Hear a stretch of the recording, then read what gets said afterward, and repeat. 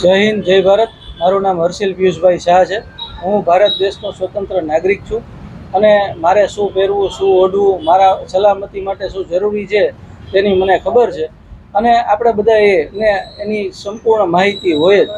જેમ તમાકુમાં લખેલું આવે છે કે આ ખાવાથી કેન્સર થાય છે, તેમ હેલ્મેટ માટે પણ તમારે એવું લખવું જોઈએ સ્કૂટર ઉપર કે હેલ્મેટ પહેરવું જોઈએ.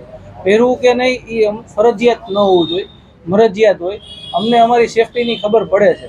કાલ સવારે તમે એમ કહેશો કે પાછળ બેસે છે એને પણ હેલ્મેટ પહેરવાનું, બાળક આગળ બેઠું હોય તો એને પણ હેલ્મેટ પહેરવાનું.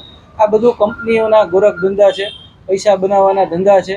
સરકાર ડાયરેક્ટલી ઇનડાયરેક્ટલી ખબર નથી પડતી કે ઉપલા લેવલે સેટિંગ થાય છે, એના કારણે આ બધું થાય છે ને લોકો હેરાન થાય છે. આ લોકો કોઈ પણ રીતે હેરાન થાય તે નહીં સાકી લેવાય. લોકો આનો ચોક્કસ વિરોધ કરશે, અમારી સાથે જોડાશે. હેલ્મેટ સત્યાગ્રહ સમિતિના નામે અત્યારે 2000 લોકો અમારી સાથે છે અને 2000ની ટીમ રાજકોટમાં હેલ્મેટનો કાયદો બંધ થાય એના માટેનો ખૂબ જબરજસ્ત પ્રયત્ન કરવાની છે. તો આના માટે અમે તૈયાર છીએ.